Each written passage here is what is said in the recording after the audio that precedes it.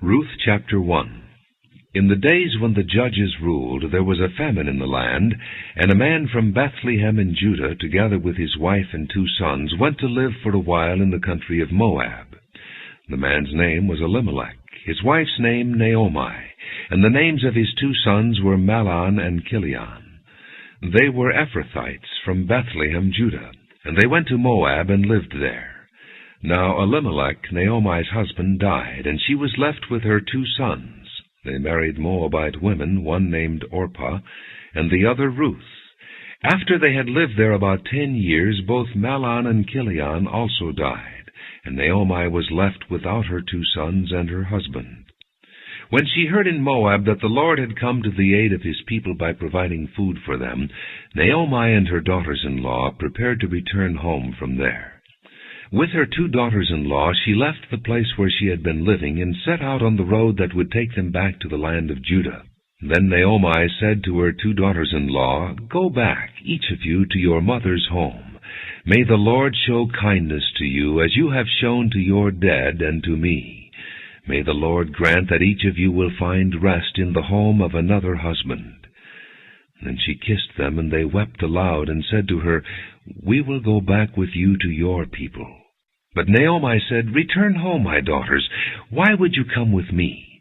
Am I going to have any more sons who could become your husbands? Return home, my daughters. I am too old to have another husband. Even if I thought there was still hope for me, even if I had a husband tonight and then gave birth to sons, would you wait until they grew up? Would you remain unmarried for them? No, my daughters, it is more bitter for me than for you, because the Lord's hand has gone out against me." At this they wept again. Then Orpah kissed her mother-in-law goodbye, but Ruth clung to her. "Look," said Naomi, "your sister-in-law is going back to her people and her gods. Go back with her." But Ruth replied, "Don't urge me to leave you or to turn back from you. Where you go, I will go, and where you stay, I will stay. Your people will be my people, and your God my God. Where you die, I will die, and there I will be buried. May the Lord deal with me, be it ever so severely, if anything but death separates you and me." When Naomi realized that Ruth was determined to go with her, she stopped urging her. So the 2 women went on until they came to Bethlehem.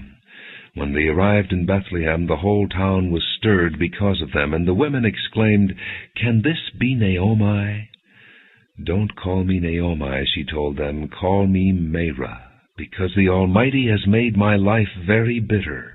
I went away full, but the Lord has brought me back empty.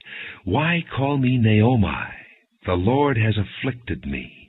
The Almighty has brought misfortune upon me." So Naomi returned from Moab, accompanied by Ruth the Moabitess, her daughter-in-law, arriving in Bethlehem as the barley harvest was beginning. Ruth chapter 2. Now Naomi had a relative on her husband's side from the clan of Elimelech, a man of standing, whose name was Boaz. And Ruth the Moabitess said to Naomi, "Let me go to the fields and pick up the leftover grain behind anyone in whose eyes I find favor." Naomi said to her, "Go ahead, my daughter." So she went out and began to glean in the fields behind the harvesters. As it turned out, she found herself working in a field belonging to Boaz, who was from the clan of Elimelech. Just then Boaz arrived from Bethlehem and greeted the harvesters. "The Lord be with you." "The Lord bless you," they called back. Boaz asked the foreman of his harvesters, "Whose young woman is that?" The foreman replied, "She is the Moabitess who came back from Moab with Naomi.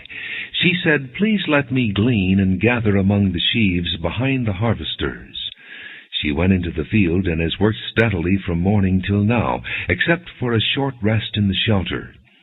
So Boaz said to Ruth, "My daughter, listen to me. Don't go and glean in another field, and don't go away from here. Stay here with my servant girls. Watch the field where the men are harvesting, and follow along after the girls. I have told the men not to touch you. And whenever you are thirsty, go and get a drink from the water jars the men have filled."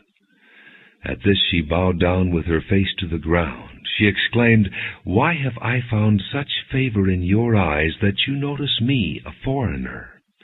Boaz replied, "I've been told all about what you have done for your mother-in-law since the death of your husband, how you left your father and mother and your homeland and came to live with a people you did not know before. May the Lord repay you for what you have done.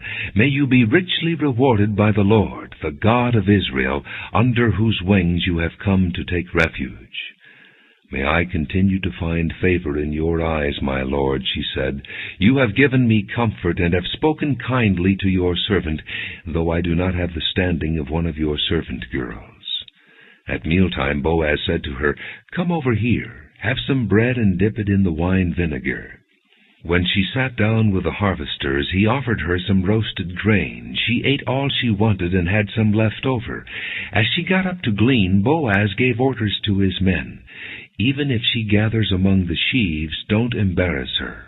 Rather pull out some stalks for her from the bundles and leave them for her to pick up, and don't rebuke her." So Ruth gleaned in the field until evening. Then she threshed the barley she had gathered, and it amounted to about an ephah. She carried it back to town, and her mother-in-law saw how much she had gathered. Ruth also brought out and gave her what she had left over after she had eaten enough. Her mother-in-law asked her, "Where did you glean today? Where did you work? Blessed be the man who took notice of you."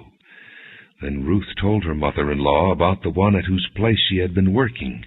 "The name of the man I worked with today is Boaz," she said.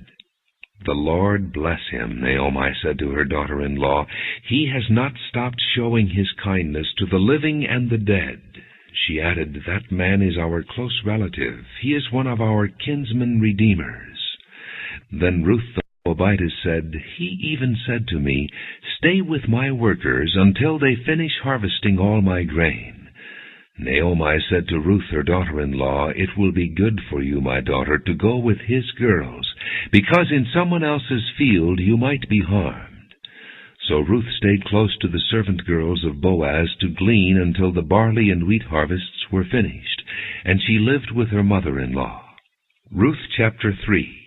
One day Naomi, her mother-in-law, said to her, "My daughter, should I not try to find a home for you where you will be well provided for?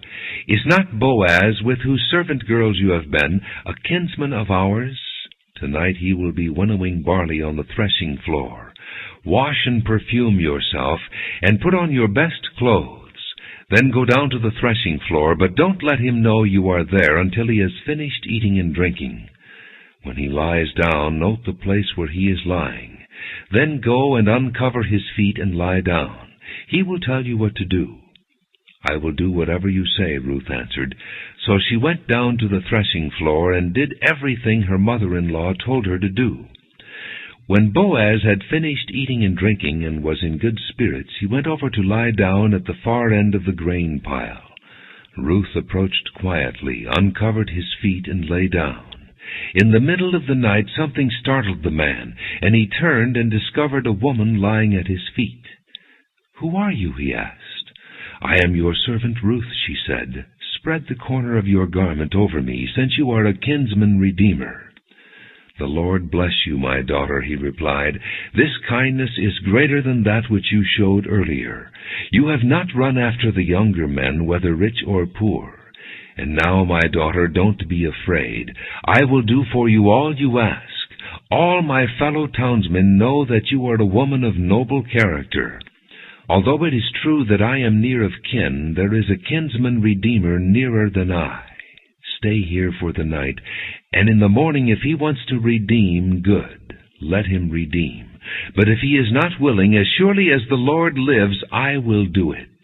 Lie here until morning."